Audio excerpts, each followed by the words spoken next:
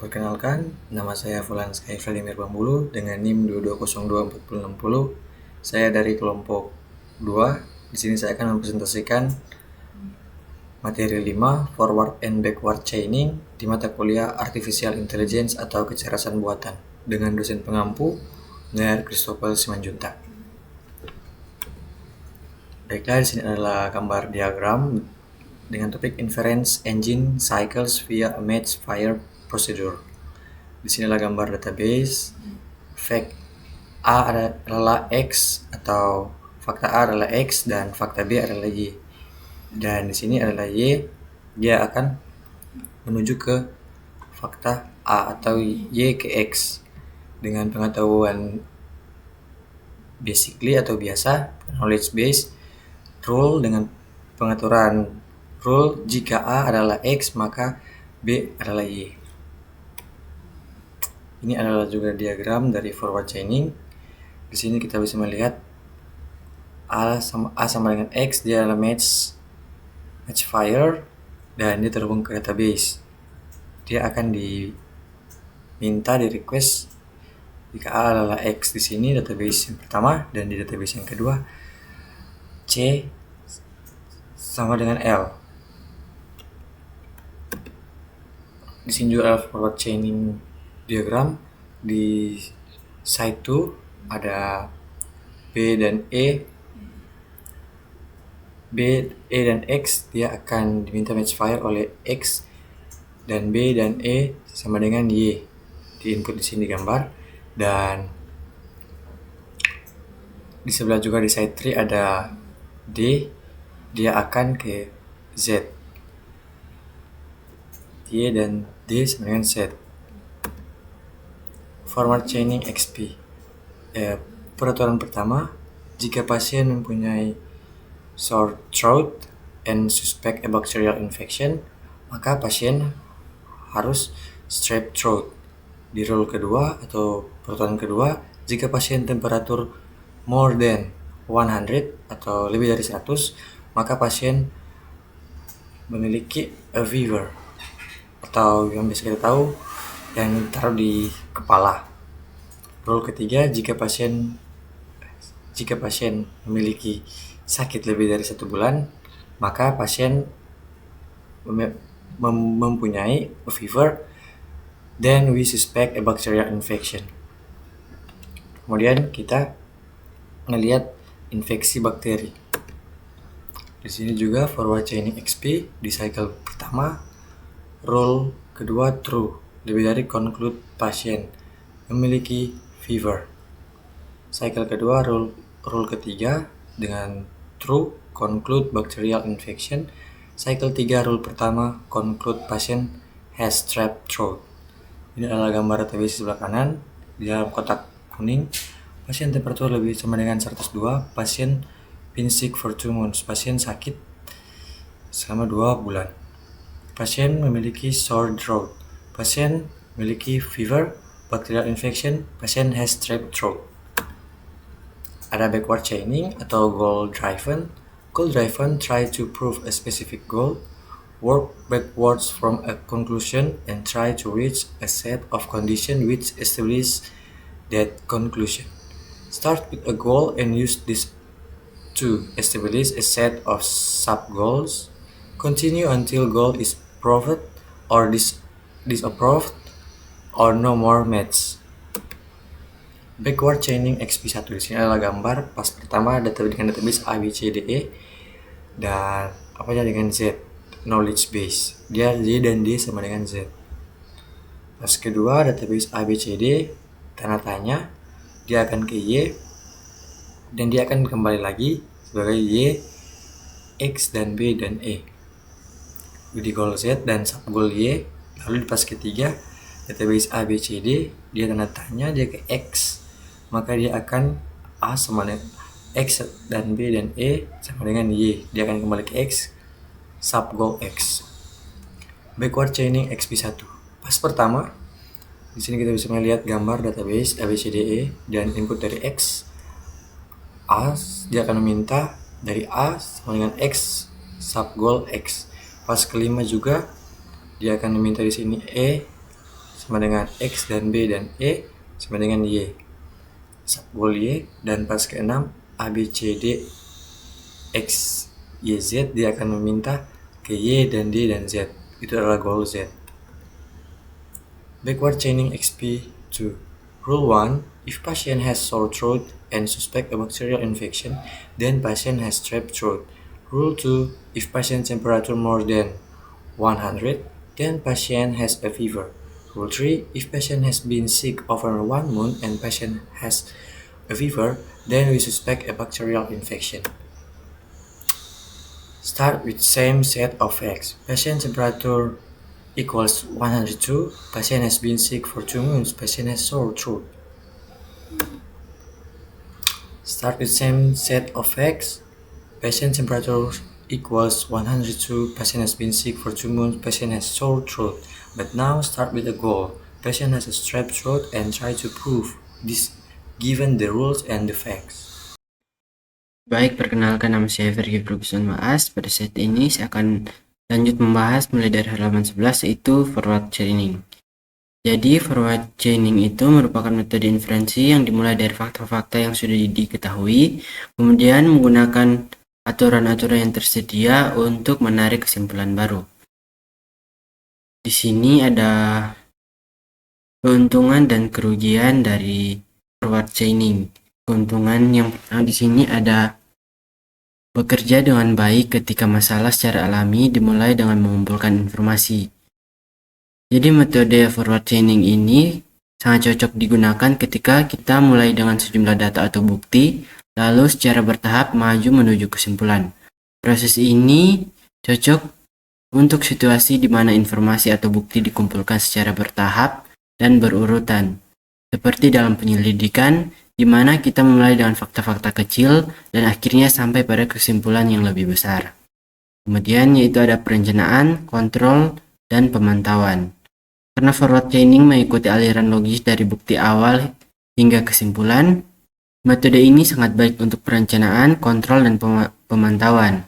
Dengan setiap langkah metode ini, kita bisa mengevaluasi apakah data yang ada cukup untuk melanjutkan ke tahap berikutnya, sehingga memastikan setiap langkah dipantau dengan baik. Kemudian untuk kerugiannya di sini ada sulit mengenali apakah beberapa bukti lebih penting daripada yang lain. Salah satu tantangan utama dalam forward chaining adalah kesulitannya untuk memprioritaskan bukti, karena metode ini bekerja maju secara berurutan. Ia mungkin tidak mampu membedakan bukti mana yang lebih penting dibanding yang lain.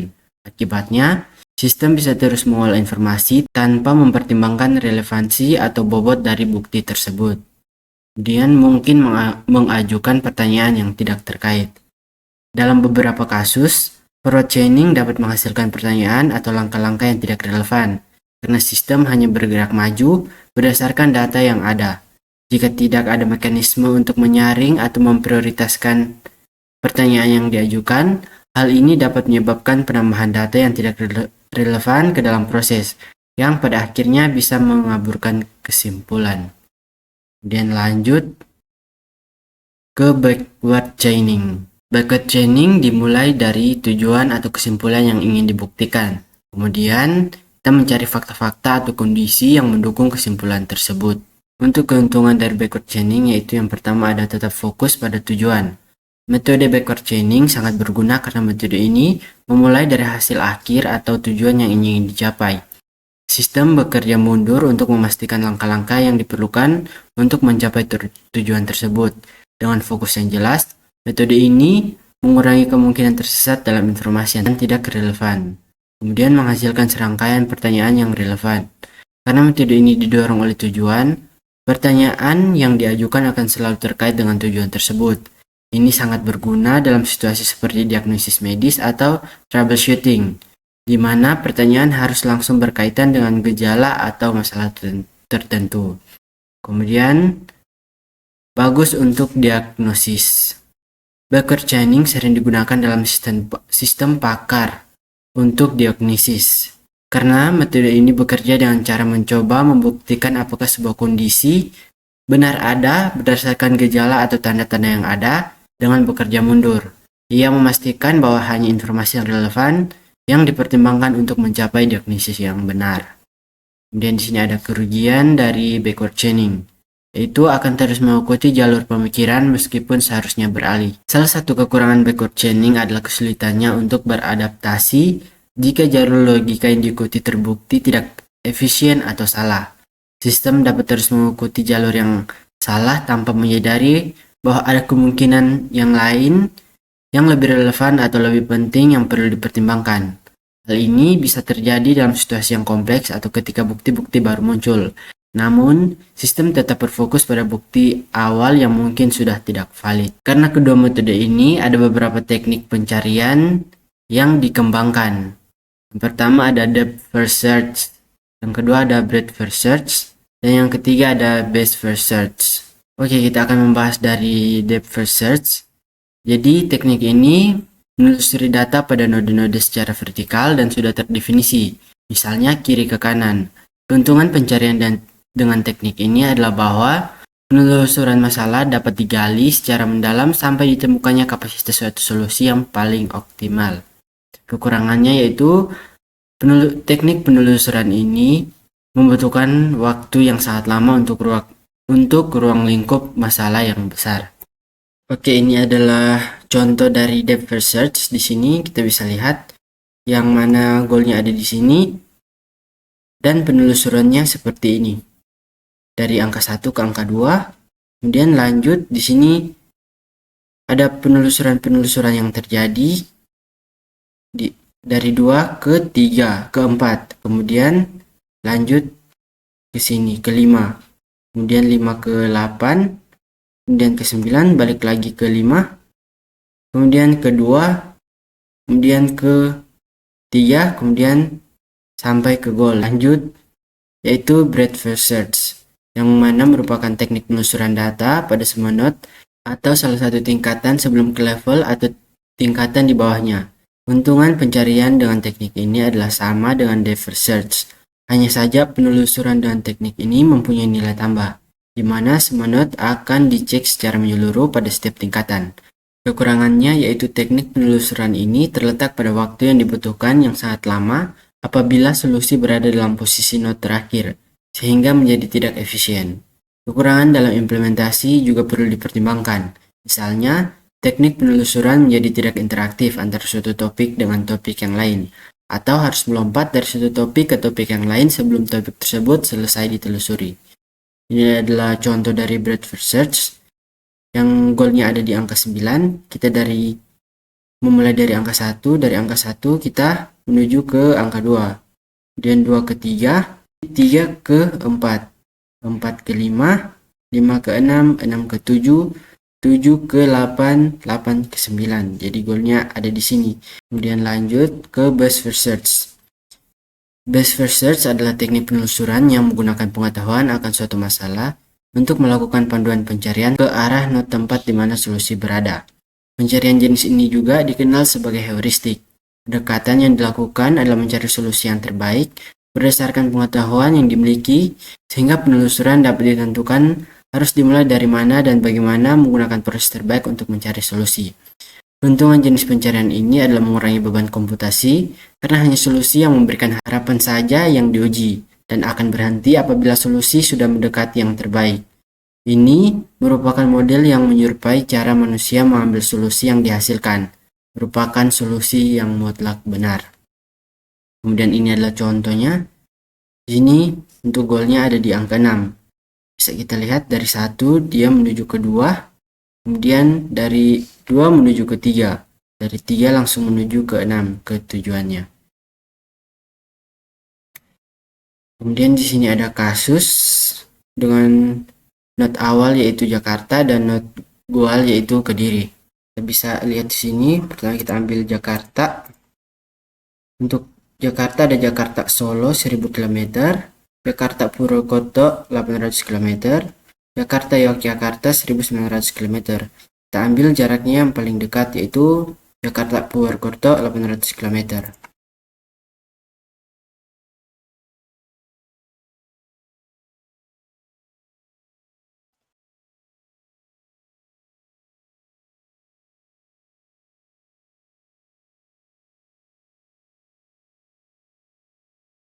Kemudian dari Purwokerto kita ambil yang paling dekat. Sini ada Purwokerto Semarang 1500, Purwokerto Surabaya 1800, dan Purwokerto Solo 500. Kita ambil yang paling dekat, itu Purwokerto Solo.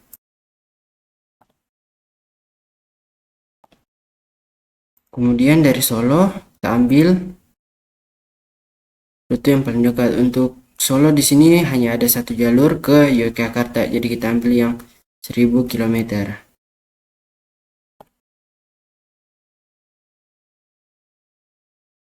Purwokerto Solo 500, Solo Yogyakarta 1000.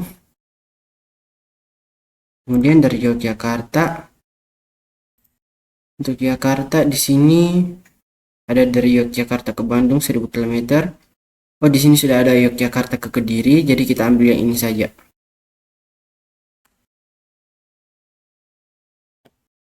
Oke, Yogyakarta ke Kediri yaitu 1500 km. Oke, untuk melihat Jakarta ke Kediri,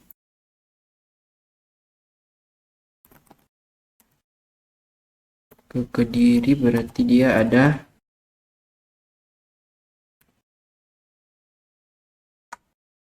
tambah